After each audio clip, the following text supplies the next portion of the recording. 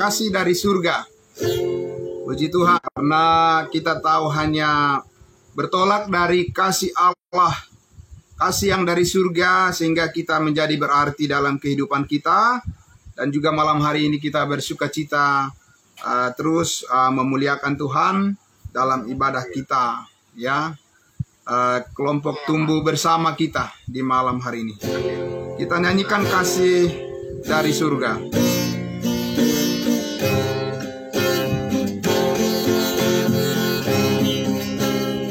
Kasih dari surga memenuhi tempat ini. Kasih dari Bapa surgawi. Kasih dari Yesus mengalir di hatiku, membuat damai di hidupku. Mengalir kasih dari tempat tinggi, mengalir kasih dari tahta Allah Bapa. Mengalir dan mengalir memenuhi hidupku. Sekali lagi kita nyanyikan kasih dari surga. Kasih dari surga memenuhi tempat ini. Kasih dari Bapa surgawi. Kasih dari Yesus mengalir di hatiku, membuat damai di hidupku. Mengalir kasih dari tempat tinggi, mengalir kasih dari tahta Allah Bapa. Mengalir dan mengalir memenuhi hidupku.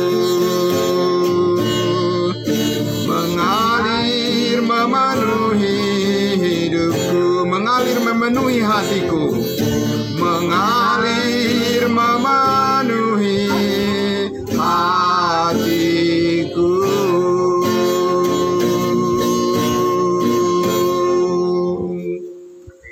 Amin. Ya. Baik. Kita akan mendengarkan firman Tuhan yang dibawakan oleh Pastor Charles. Ya.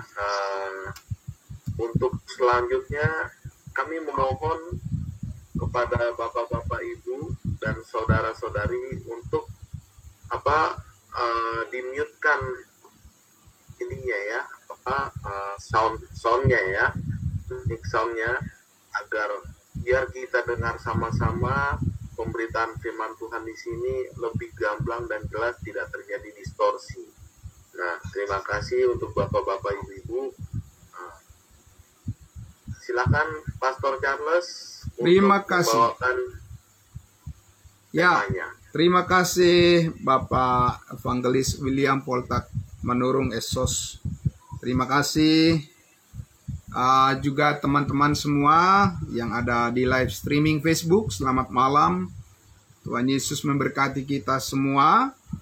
Dan sebelum kita berlanjut pada pembahasan firman Tuhan terkait dengan topik kita malam hari ini, Bapak Ibu sekalian, mari kita terlebih dahulu berdoa. Kita tundukkan hati kita, mari kita berdoa. Di malam hari yang indah ini Tuhan, yang penuh dengan kasih karunia Tuhan, kami bersyukur, kami berterima kasih atas anugerah-Mu yang melimpah di dalam kehidupan kami, baik secara pribadi maupun di dalam keluarga kami masing-masing, dalam persekutuan kami, bahkan juga untuk bangsa dan negara kami. Terima kasih Bapa di dalam surga. Ini adalah kesempatan bagi kami semua untuk bersama-sama secara konsisten, dan kami terus bergairah untuk datang kepada pengetahuan akan kebenaran itu. Karena kami tahu disitulah sukacita kami melimpah. Disitulah kemuliaan Tuhan semakin bersinar di dalam kehidupan kami. Terima kasih Bapa, terima kasih Tuhan Yesus.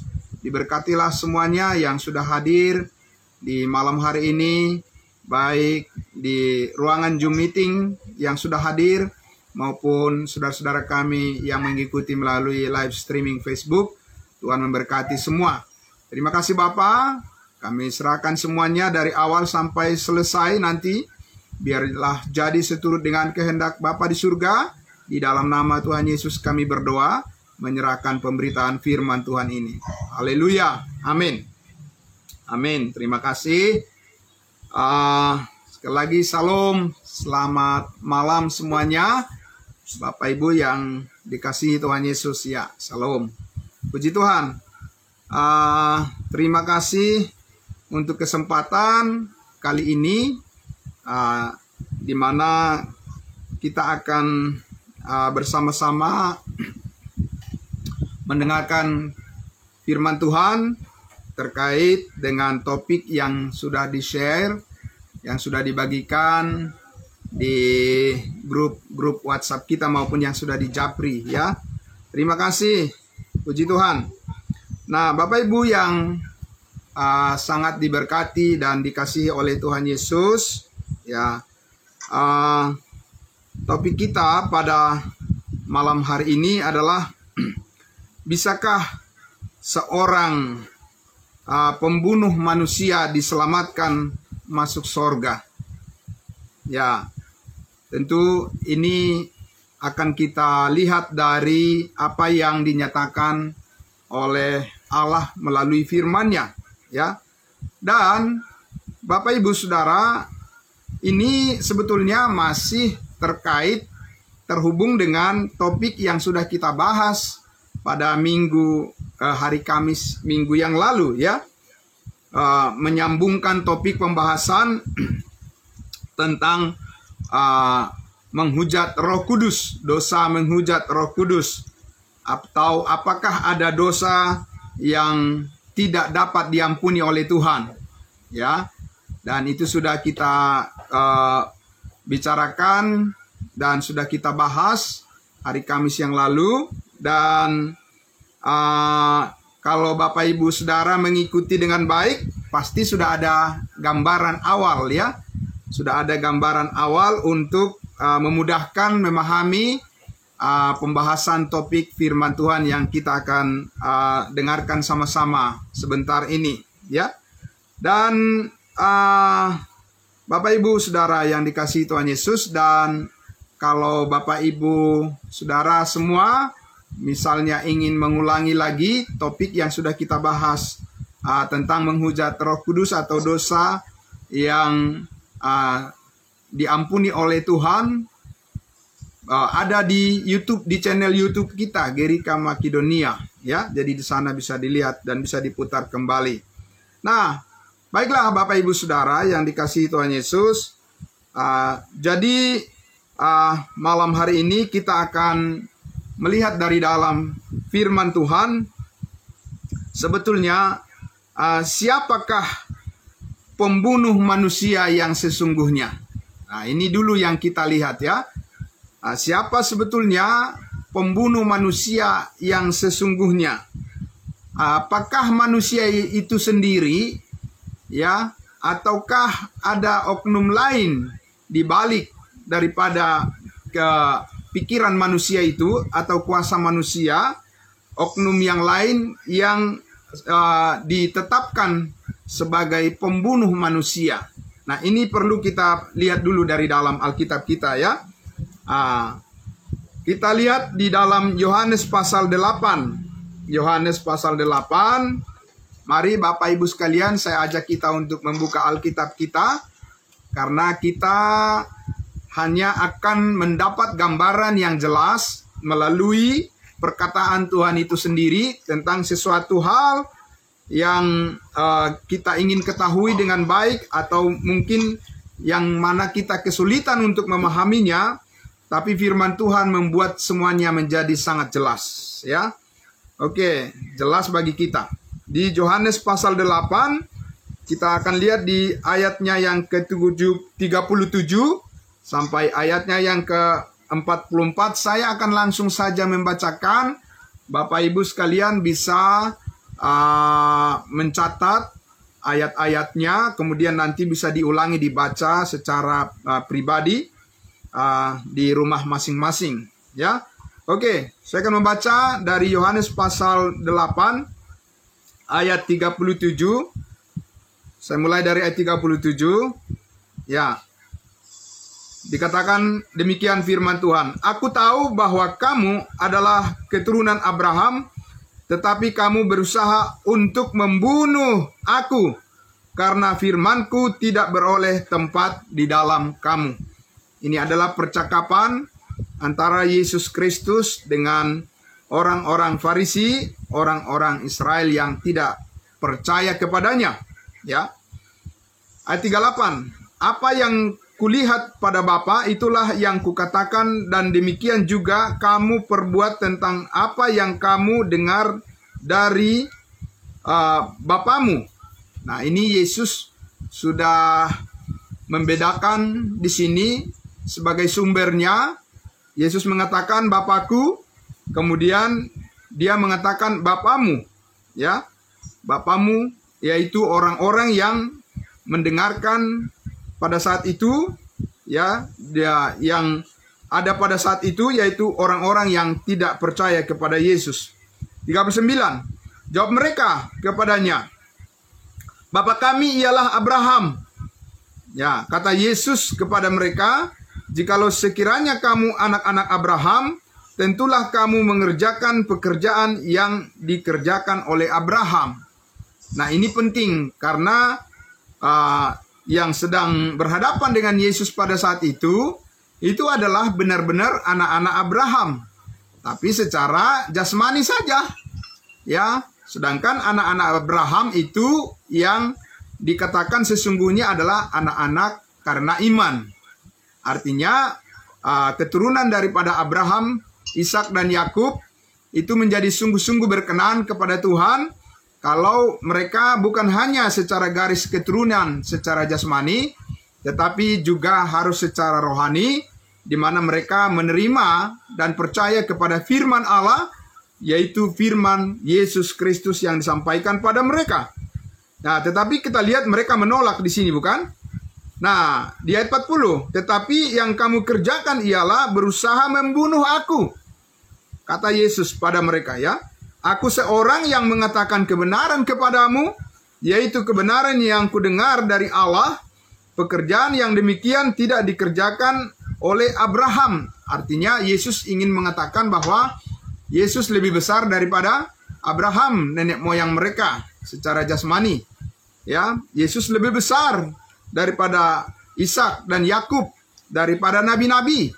Ya, karena Yesus adalah anak Allah yang datang dari surga, dan dia adalah raja, dia adalah Mesias.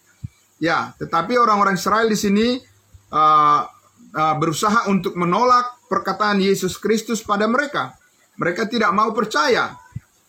Ayat 41, "Kamu mengerjakan pekerjaan Bapamu sendiri." Nah, Yesus mendorong terus, ya, dari mana sumber penolakan yang ada pada mereka. Jawab mereka, "Kami tidak dilahirkan dari zina. Bapa kami satu, yaitu Allah." Nah, sekarang mereka membela diri, ya, bahwa mereka mengakui bahwa Bapa mereka adalah Allah. Nah, ayat 42, kata Yesus kepada mereka, "Jikalau Allah adalah Bapamu, kamu akan mengasihi aku, sebab aku keluar dan datang dari Allah, dan aku datang bukan atas kehendakku sendiri, melainkan Dialah yang mengutus aku." Yesus sekarang mengidentifikasi dirinya sebagai bagian dari Allah Tritunggal. Karena Yesus mengatakan, "Aku keluar dari Allah." Dia adalah firman yang hidup. Amin. Yesus adalah firman yang hidup yang menjadi manusia. Dan firman itu adalah Allah. Ya, dan firman itu bersama-sama dengan Allah sejak dahulu kala. Ya, sebelum dunia dijadikan. Dia adalah Allah anak, yaitu Yesus Kristus. tetapi tetap mereka menolak. Berusaha terus orang-orang yang tidak percaya ini menolak perkataan Yesus pada mereka. Maka dikatakan di ayatnya 43 dikatakan, apakah sebabnya kamu tidak mengerti bahasaku, sebab kamu tidak dapat menangkap firmanku? Ayat 44 yang menjadi fokus kita lihat di situ. Iblislah yang menjadi bapamu, dan kamu ingin melakukan keinginan-keinginan bapamu. Ia adalah pembunuh manusia sejak semula, dan tidak hidup dalam kebenaran, sebab di dalam dia tidak ada kebenaran. Apabila ia berkata dusta, ia berkata atas kehendaknya sendiri, sebab ia adalah pendusta dan bapa segala dusta. Nah, ini kita lihat Bapak Ibu sekalian, disinilah Yesus menegaskan siapa sebenarnya pembunuh manusia yang sejati. Ya, iblislah yang menjadi bapamu, dan kamu ingin melakukan keinginan-keinginan bapamu itu. Iblis adalah pembunuh manusia sejak semula, karena dia tidak pernah hidup di dalam kebenaran. Jadi kalau kita ingin tahu dari mana sumber keinginan membunuh itu adalah dari iblis, dari setan. Ya. Nah, itu yang dapat kita lihat di sini sebagai dasar kebenaran untuk memahami siapa sebenarnya di balik daripada peristiwa apa yang terjadi, pembunuhan yang ada di dalam kehidupan manusia dimanapun di seluruh penjuru dunia ini. Ya, iblislah yang menjadi sumbernya. Nah, dialah bapa daripada pembunuh itu. Dialah yang mengendalikan hati dan pikiran daripada manusia sehingga tega melakukan apa? Pembunuhan itu sendiri. Nah, Bapak Ibu Saudara yang diberkati oleh Tuhan Yesus. Nah, di sini kita lihat bahwa orang-orang Israel dalam konteks ini, keturunan Abraham, Ishak dan Yakub secara jasmani, seharusnya mereka sadar dan seharusnya mereka menyadari apa yang difirmankan oleh Yesus adalah jalan kehidupan bagi mereka. Amin.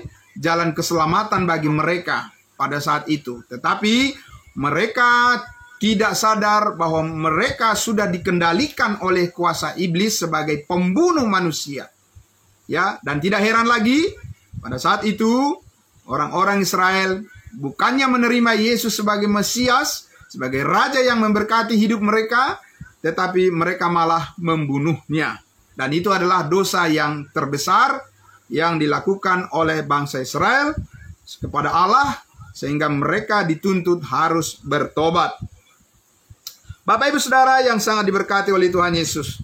Tetapi kalau kita lihat dalam sejarah, tentunya sejarah Alkitab, sejarah umat manusia, masih dalam posisi di mana jumlah orang hanya sedikit saja. Baru 4 orang saja manusia di dunia ini, itu sudah terjadi pembunuhan. Ya, yaitu pembunuhan yang dilakukan oleh Kain terhadap saudaranya, adiknya, yaitu Habel. Nah, itulah hebatnya membuktikan iblis itu luar biasanya kejahatannya, bahwa masih dalam jumlah sedikit saja manusia, dia sudah bisa mengendalikan, ya, mengontrol pikiran dan hati daripada Kain, sehingga dia tidak ada sedikit pun kasih di dalam hatinya, dan dia membunuh adiknya, ya. Nah, yang bernama Habel. Nah, Bapak Ibu Saudara yang sangat dikasihi Tuhan Yesus, maka tidak heran lagi kita lihat di zaman sekarang ini sudah berapa ribu tahun setelah manusia diciptakan, ya, sudah berapa juta, berapa miliar manusia di dunia ini. Tidak heran lagi orang-orang yang tidak dikendalikan oleh kasih Allah, kasih Kristus. Maka itulah sebabnya kita lihat terjadi pembunuhan di mana-mana. Tidak mengenal, ya, tingkat sosial, Bapak Ibu sekalian, pendidikan, pengetahuan, dan kita lihat bahwa semuanya bisa menjadi gelap mata kalau mereka tidak dikuasai oleh kuasa kasih Allah, kuasa kasih Kristus. Nah, saudara-saudara yang dikasihi Tuhan Yesus, ya. Maka sekali lagi kita simpulkan di sini bahwa sebagai pembunuh manusia, iblis, setan adalah pembunuh manusia, ya. Nah, sehingga iblis dan setan tidak akan pernah bisa diselamatkan. Amin. Kenapa Bapak Ibu? Kenapa Bapak Ibu Saudara? Iblis dan setan dan para malaikat yang jatuh, ya, ke dalam dosa itu tidak akan pernah bisa diselamatkan. Kenapa? Walaupun Yesus Kristus sudah mati di kayu salib, mengampuni segala dosa, dan tidak ada dosa yang tidak dapat diampuni oleh Tuhan Yesus oleh darahnya, tetapi tentunya dosa iblis dan setan tidak akan bisa diampuni. Kenapa? Karena Yesus mati bukan untuk iblis. Yesus mati bukan untuk menebus dosa setan. Tapi Yesus mati, darahnya dicurahkan untuk menebus segala dosa umat manusia. Amin. Sehingga manusia itulah yang punya kesempatan. Amin. Manusia itulah yang punya kesempatan untuk bertobat. Manusia itulah yang punya kesempatan untuk percaya kepada Kristus. Manusia itulah yang punya kesempatan untuk menerima keselamatan hidup yang kekal. Dan manusia itulah yang diberi kesempatan untuk mengasihi Tuhan dan sesamanya. Nah, Bapak Ibu Saudara yang dikasihi Tuhan Yesus, jadi iblis adalah pembunuh manusia baik secara jasmani maupun secara rohani. Nah, iblis itu sangat luar biasa, setan itu sangat luar biasa kejahatannya. Dia bukan hanya membunuh manusia secara jasmani, secara fisik, tapi dia juga bisa membunuh manusia secara rohani. Artinya dia bisa menggoda, menjatuhkan manusia ke dalam dosa, sehingga upah dosa adalah maut, dan manusia itu akan mati sia-sia, masuk nanti ke dalam hukuman yang kekal, api neraka yang menyala-nyala. Ya, jiwanya akan mati, rohnya akan mati kalau manusia itu dikuasai dan dikendalikan oleh iblis dan tidak menggunakan kesempatan yang Tuhan berikan untuk memperoleh keselamatan di dalam kebenaran yang telah Yesus nyatakan. Nah, saudara-saudara yang dikasihi Tuhan Yesus, jadi kalau begitu bagaimana? Pertanyaannya, adakah kesempatan? Nah, kita berbicara kesempatan lagi, ya. Adakah kesempatan bagi seorang, ya, pembunuh manusia, ya? Apakah ada kesempatan bagi seseorang? Jadi kita berbicara orang, ya. Mengenai iblis dan setan sudah selesai, sudah tamat tadi. Tidak ada kesempatan bagi iblis dan setan untuk beroleh keselamatan. Meskipun Yesus mati untuk mengampuni segala dosa, tapi tidak termasuk dosa setan dan dosa iblis. Karena Yesus mati menebus dosa-dosa semua umat manusia, ya. Nah, tetapi kita bertanya sekarang, sesudah Yesus mati disalibkan mengampuni segala dosa umat manusia sekali untuk selama-lamanya, pertanyaannya adalah, adakah kesempatan bagi seorang pembunuh untuk beroleh keselamatan? Ya, Bapak Ibu Saudara, saat ini di mana anugerah Allah dicurahkan, kasih karunia Allah dinyatakan melalui kematian dan kebangkitan anaknya yang tunggal, Yesus Kristus. Baiklah Bapak Ibu Saudara yang dikasihi Tuhan Yesus, saya akan mengajak kita apa yang dikatakan oleh Alkitab itu sendiri. Bukan persepsi manusia, ya, bukan pendapat manusia, tetapi kita lihat saja ansih apa yang dikatakan oleh Alkitab itu sendiri. Saya akan mengajak kita untuk melihat kesaksian Alkitab tentang seorang pembunuh yang diselamatkan oleh Tuhan Yesus. Kita lihat di dalam mulai dari Kisah Para Rasul 7. Ya, saya ajak kita untuk melihat Kisah Para Rasul 7, dan mohon izin Bapak Ibu sekalian untuk kita bisa menggunakan waktu kita. Saya akan langsung saja membaca. Bapak Ibu sekalian boleh mencatatnya. Ayat firman Tuhan dari Kisah Para Rasul 7 nanti bisa dibaca kembali secara pribadi, ya. Nah, saya akan membacakannya, Kisah Para Rasul 7. Ya, kita akan langsung membaca dari ayatnya yang ke-54 ya. Ayatnya yang ke-54, Kisah Para Rasul 7. Di situ dikasih judul perikopnya adalah Stefanus dibunuh, Saulus hadir.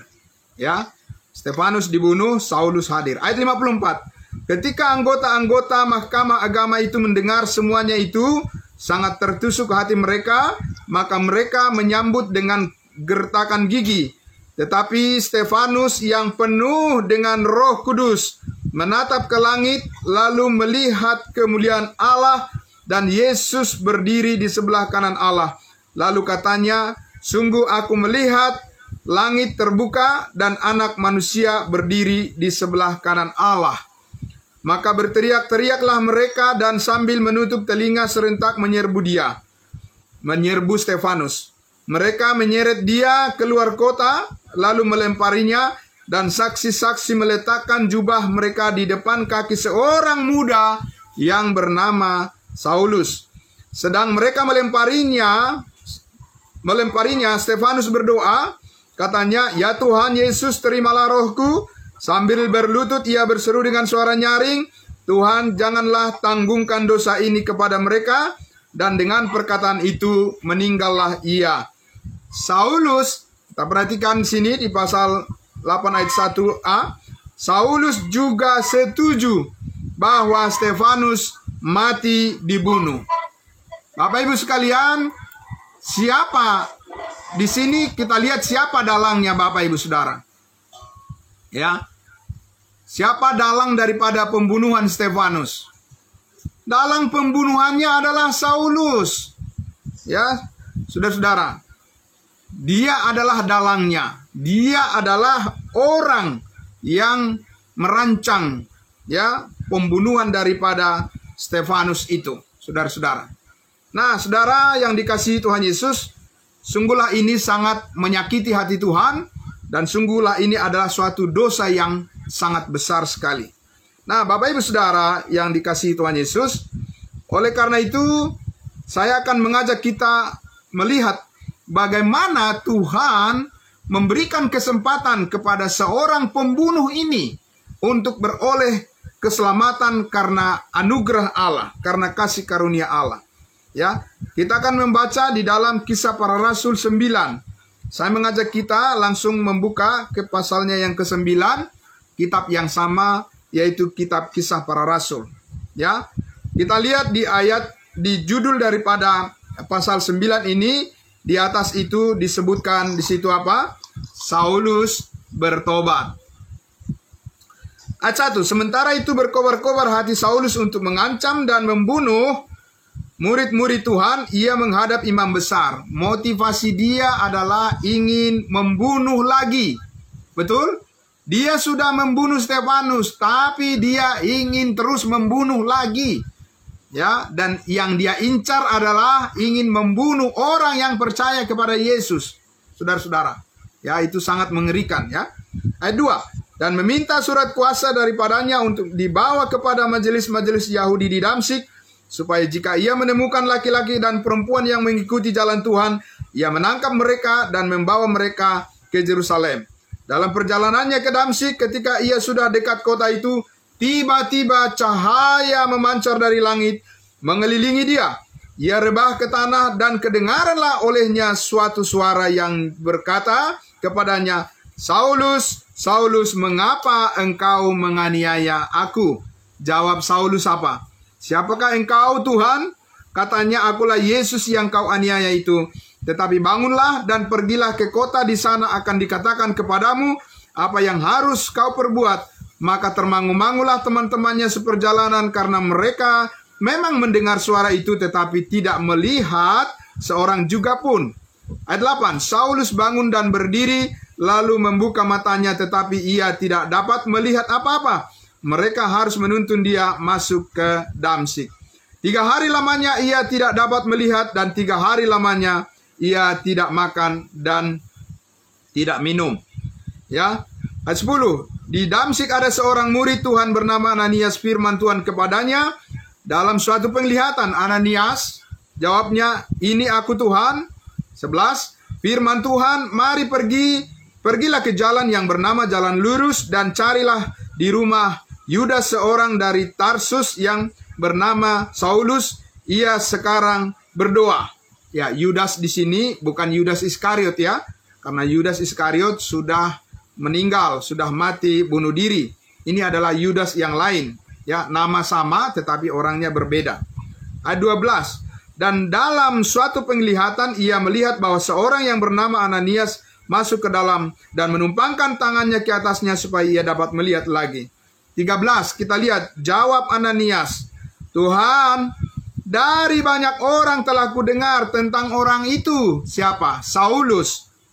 Ya, tentang Saulus. Betapa banyaknya kejahatan yang dilakukannya terhadap orang-orang kudusmu di Yerusalem. Ya, itu tadi. Termasuk yang paling utama adalah dalam skenario pembunuhan daripada Stefanus, Nabi Allah yang dipenuhi dengan Roh Kudus itu. Tapi kita lihat di ayat 14-nya. Dan ia datang kemari dengan kuasa penuh dari imam-imam kepala untuk menangkap semua orang yang memanggil namamu. Nah, ini Ananias mengkonfirmasi kepada Tuhan, apakah ia orang yang seperti itu benar-benar bisa bertobat? Apakah seorang pembunuh benar-benar bisa diselamatkan? Jadi dikonfirmasi di sini. Benarkah Tuhan? Nah, itu Ananias bertanya kepada Yesus yang berbicara dari sorga. Ayat 15. Tetapi firman Tuhan kepadanya, kepada Ananias, pergilah sebab orang ini, yaitu Saulus, adalah alat pilihan bagiku untuk memberitakan namaku kepada bangsa-bangsa lain, serta raja-raja dan orang-orang Israel. Haleluya, puji Tuhan.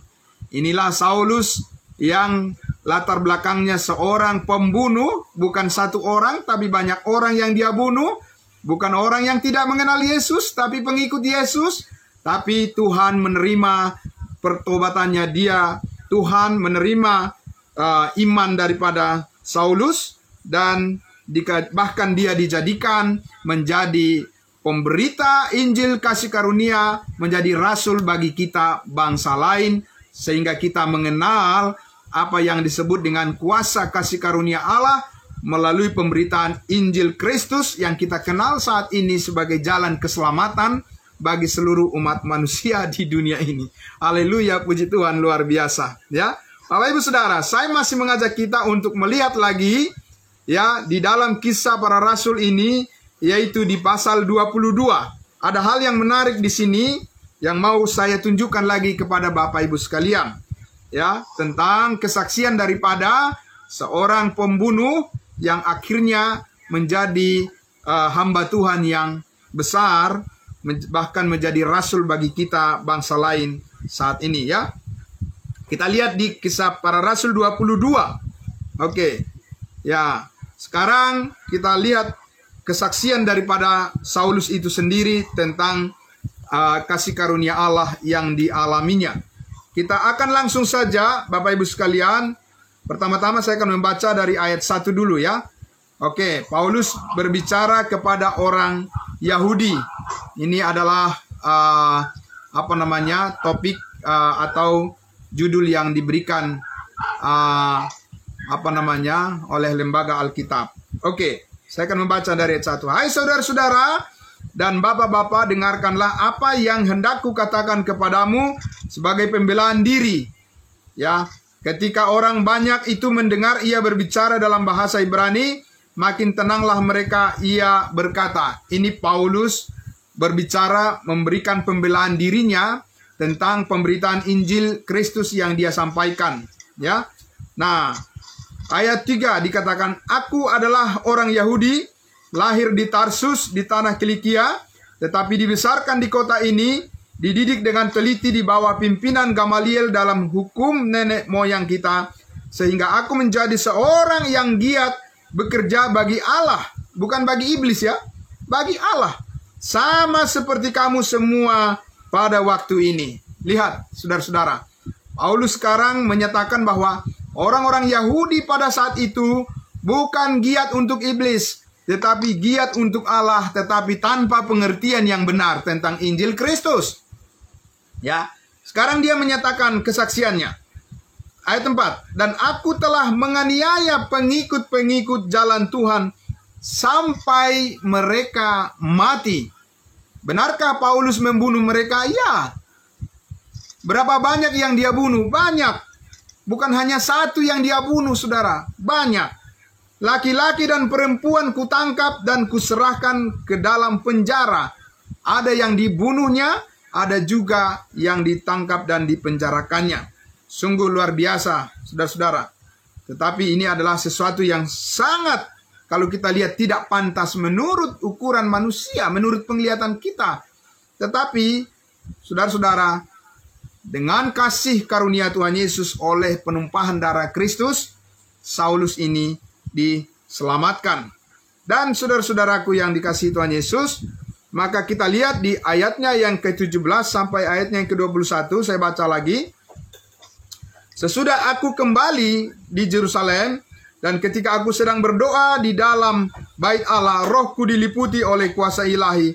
Aku melihat dia yang berkata kepadaku, lekaslah, segeralah tinggalkan Yerusalem, sebab mereka tidak akan menerima kesaksian tentang aku. Jadi Yesus mencegah Paulus untuk pergi ke Yerusalem. Kenapa? Karena Yerusalem sudah mempunyai rasul, 12 rasul, yaitu Petrus, Yohanes, Yakobus, dan yang lainnya. Ya, jadi Tuhan mencegah dia untuk pergi ke Yerusalem karena Paulus adalah rasul bagi bangsa lain, bagi kita. Kita lihat di ayatnya yang ke-20. Ya. Ayat 19. Jawabku, Tuhan, mereka tahu bahwa akulah yang pergi ke rumah ibadat yang satu, ke rumah ibadat yang lain, dan yang memasukkan mereka yang percaya kepadamu ke dalam penjara dan menyesah mereka. 20.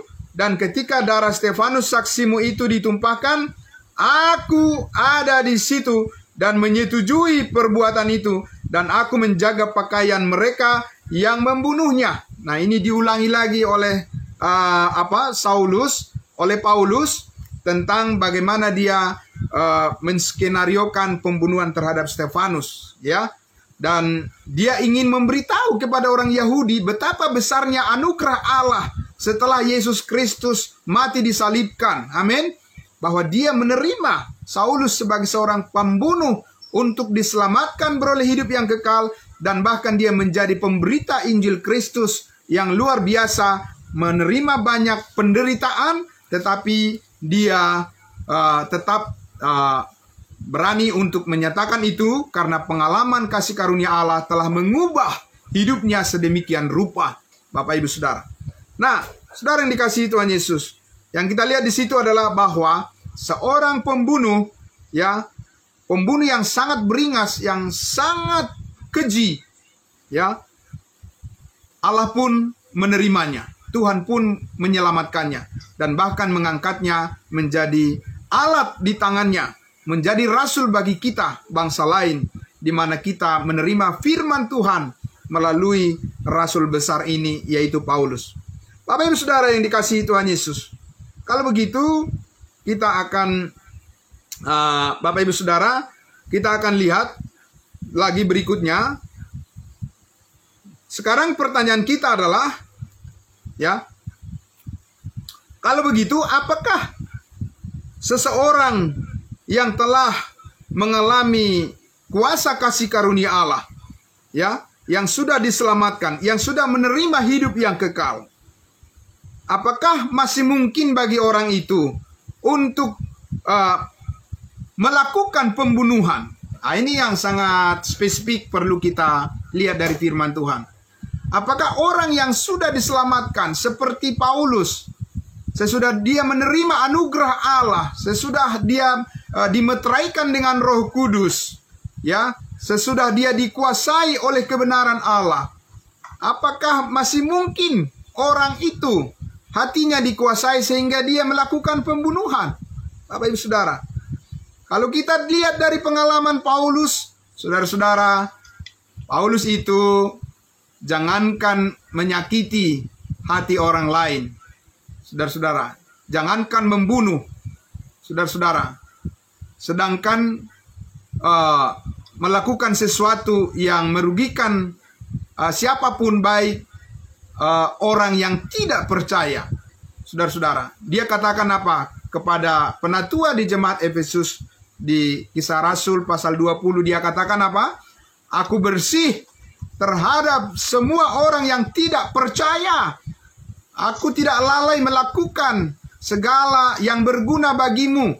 Saudara-saudara, saudara yang dikasihi Tuhan Yesus, untuk itu saya mengajak kita melihat di dalam 2 Korintus pasal 5, bagaimana orang yang sudah mengalami anugerah Allah seperti yang dialami oleh Rasul Paulus. Saudara-saudara, apakah dia masih memiliki suatu potensi untuk melakukan pengalaman hidup yang lama yang pernah dialaminya, ataukah dia adalah benar-benar orang yang sudah berubah sedemikian rupa, mengasihi semua orang dan tidak akan melakukan pembunuhan seperti yang pernah dialami dia sebelum dia bertobat atau sebelum dia mengalami kasih karunia Allah.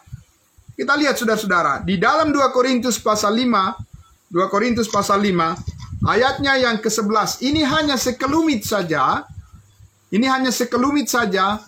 dari kesaksian-kesaksian pengalaman hidup daripada Rasul Paulus setelah dia beroleh kasih karunia Allah, betapa hidupnya berubah drastis sedemikian rupa, mengasihi Tuhan dan mengasihi sesamanya, dan bahkan dia rela menderita, menanggung segala kesalahan yang dilakukan oleh orang lain karena dia ingin agar orang lain diselamatkan. Ya, kita lihat di dalam 2 Korintus pasal 5 ayat 11 sampai ayatnya yang ke-12. Saya akan membacakan untuk kita. Ayat 11. Kami tahu apa artinya takut akan Tuhan. Amin. Inilah orang yang sudah diselamatkan. Inilah orang yang sudah mengalami kasih karunia Allah. Ini adalah orang yang sudah lahir baru. Ini adalah orang yang sudah betul-betul bertobat. Ini adalah orang yang sudah mengalami keselamatan hidup yang kekal dalam Kristus Yesus. Paulus mengatakan, kami tahu apa artinya takut akan Tuhan. Orang yang takut akan Tuhan tidak mungkin melakukan pembunuhan. Amin. Ya, saudara-saudara. Karena itu kami berusaha meyakinkan orang, kata Paulus. Bagi Allah hati kami nyata dengan terang, dan aku harap hati kami nyata juga demikian bagi pertimbangan kamu. Dengan ini kami tidak berusaha memuji-muji diri kami sekali lagi kepada kamu, tetapi kami mau memberi kesempatan kepada kamu untuk memegahkan kami supaya kamu dapat menghadapi orang-orang yang bermegah karena hal-hal lahiriah dan bukan hal batiniah. 13. Sebab jika kami tidak menguasai diri, hal itu adalah dalam pelayanan Allah, dan jika kami menguasai diri, hal itu adalah untuk kepentingan kamu. Ayat 14 menjadi fokus perhatian kita. Sebab kasih Kristus yang menguasai kami. Amin. Bukan roh kebencian yang menguasai Paulus sesudah dia mengalami anugerah kasih karunia Allah. Amin. Ya, saudara-saudara. Jelas terang dia katakan, sebab kasih Kristus yang menguasai kami. Tidak mungkin ada roh keinginan untuk membunuh lagi bagi orang yang benar-benar sudah mengalami kasih karunia Allah. Ya, saudara. Dan dibuktikan oleh Paulus. Kasih Allah yang menguasai diri kami. Dia katakan, karena kami telah mengerti bahwa jika satu orang sudah mati, yaitu Kristus maksudnya untuk semua orang, maka mereka juga semua sudah mati. Mati terhadap apa? Mati terhadap keinginan untuk membunuh, saudara-saudara. Itulah yang ada di dalam diri orang yang sudah benar-benar diselamatkan, sudah mengalami kasih karunia Allah. Kita lihat 15. Dan Kristus telah mati untuk semua orang, supaya mereka yang hidup tidak lagi hidup untuk dirinya sendiri, tetapi untuk Dia yang telah mati dan telah dibangkitkan untuk mereka. Tidak mungkin lagi orang yang sudah mengalami keselamatan hidup yang kekal, dia hanya mempertahankan egoisnya, hanya mempertahankan kedagingannya, hanya mempertahankan kepentingan dirinya sendiri, dan hanya berpihak kepada kuasa iblis. Tidak mungkin, Bapak Ibu sekalian. Ya, ini Paulus menegaskan di sini bahwa kasih Kristuslah yang menguasai hati orang yang sudah mengalami kasih karunia Allah. Amin.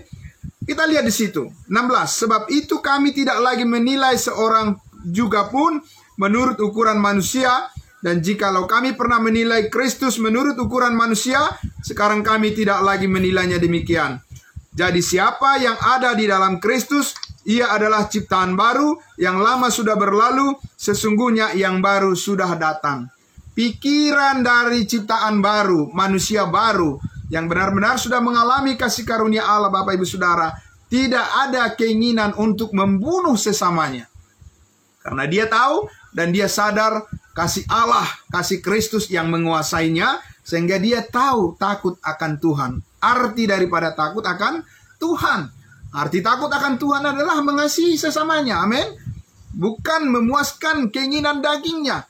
Saudara-saudara, dan bahkan memberikan pikiran dan hatinya dan rohnya dikuasai oleh iblis. Saudara-saudara, dan itu tidak akan terjadi secara tiba-tiba saja, tetapi itu sudah terlalu lama. Orang-orang yang dikuasai oleh pikiran-pikiran yang jahat itulah, saudara-saudara, yang cenderung memiliki keinginan nekat untuk membunuh sesamanya. Tapi saudara-saudara, kita lihat di sini di ayatnya yang ke berapa tadi, ayat 18, ya, dan semuanya ini dari Allah yang dengan perkataan Kristus telah mendamaikan kita dengan dirinya dan yang telah mempercayakan pelayanan pendamaian itu kepada kami. Saat ini saudara-saudara, melalui Rasul Paulus yang dulu Saulus si pembunuh itu, dia membawa pelayanan pendamaian. Amin. Pendamaian, damai sejahtera, bukan kerusuhan, saudara-saudara. Ya, bukan keinginan untuk menghabisi nyawa orang lain. Berita yang dibawa oleh Paulus, ya, itu sudah ditinggalkan, yang lama sudah berlalu. Sesungguhnya yang baru dalam Kristus, kasih yang menghargai orang lain, yang menginginkan orang lain diselamatkan, dan yang menginginkan agar orang lain bisa hidup bahagia dan damai sejahtera. Itulah yang menguasai hati dan pikirannya, pelayanan pendamaian. Itulah saat ini yang perlu, saudara-saudara, diberitakan kepada semua orang oleh kita semua yang sudah mengalaminya. Saudara, ayatnya yang ke-19 dikatakan, sebab Allah mendamaikan dunia dengan dirinya oleh Kristus dengan tidak memperhitungkan pelanggaran mereka. Amin. Tidak ada dendam. Amin, saudara. Tidak ada. Kalau Allah dendam kepada manusia, habis kita semua. Tidak ada keselamatan karena semua orang telah berdosa. Ya, tidak ada yang benar, seorang pun tidak. Semua orang telah berdosa dan telah kehilangan kemuliaan Allah. Tetapi karena begitu besar kasih Allah akan dunia ini, amin, sehingga direlakan anaknya yang tunggal Yesus Kristus mati di kayu salib, darahnya tercurah mengampuni segala dosa umat manusia, supaya setiap orang yang percaya beroleh hidup yang kekal, tidak binasa. Amin. Saudara-saudara, inilah sebetulnya amanat agung yang harus kita beritakan saat ini, bahwa Allah mendamaikan semua manusia dengan dirinya, dengan tidak memperhitungkan kesalahan dan pelanggaran manusia itu. Ini berita pendamaian yang kita bawa kepada semua orang, saudara-saudara. Saudara-saudara yang dikasihi Tuhan Yesus, kalau berita ini ada di dalam hati setiap manusia, tidak mungkin dia ada dendam. Tidak mungkin dia mengingat sampai, saudara-saudara, kesalahan orang lain, dibawa-bawa kemana-mana dan menjadi orang yang egois dan tidak memikirkan keselamatan orang lain. Ya, tidak mungkin. Karena saudara-saudara, Paulus tadi mengatakan apa? Kasih Kristuslah yang menguasai hati kami, mengendalikan kami, sehingga kami tahu bagaimana keselamatan orang lain itu adalah yang paling utama. Amin. Sama seperti Kristus, dia mati di kayu salib adalah karena mengutamakan keselamatan diri kita dan semua orang. Saudara-saudara yang dikasihi Tuhan Yesus, karena itulah dikatakan ayat 20, jadi kami ini adalah utusan-utusan Kristus, seakan-akan Allah menasihati kamu, dan dengan perantaraan kami dalam nama Kristus, kami minta kepadamu, berilah dirimu didamaikan dengan Allah. Ayat 21, dia yang tidak mengenal dosa, siapa dia? Yesus Kristus, telah dibuatnya menjadi dosa karena kita, supaya dalam dia kita dibenarkan oleh Allah. Puji Tuhan, haleluya. Bapak Ibu Saudara, kita yang berdosa, kita yang selayaknya dihukum, ya, dimasukkan ke dalam perapian api neraka yang kekal. Tetapi Kristus dijadikan dosa. Dia tidak berdosa, kita yang berdosa. Tapi supaya kita dibebaskan, supaya kita diselamatkan, supaya kita dibenarkan, maka segala kesalahan dan dosa kita diangkut dan itu dimasukkan atau ditimpakan kepada Kristus di dalam tubuhnya. Dia pikul salib dan oleh darahnya yang ditumpahkan sehingga kita memperoleh penebusan akan segala dosa dan kesalahan kita. Dan sekarang ini setiap orang yang percaya didamaikan dengan Allah. Tidak ada unsur dendam dan tidak ada mengingat kesalahan manusia dari pihak Allah. Saudara-saudara, yang ada adalah kasih yang penuh dengan damai sejahtera dan kasih karunia. Itulah saudara-saudara yang dikasihi Tuhan Yesus.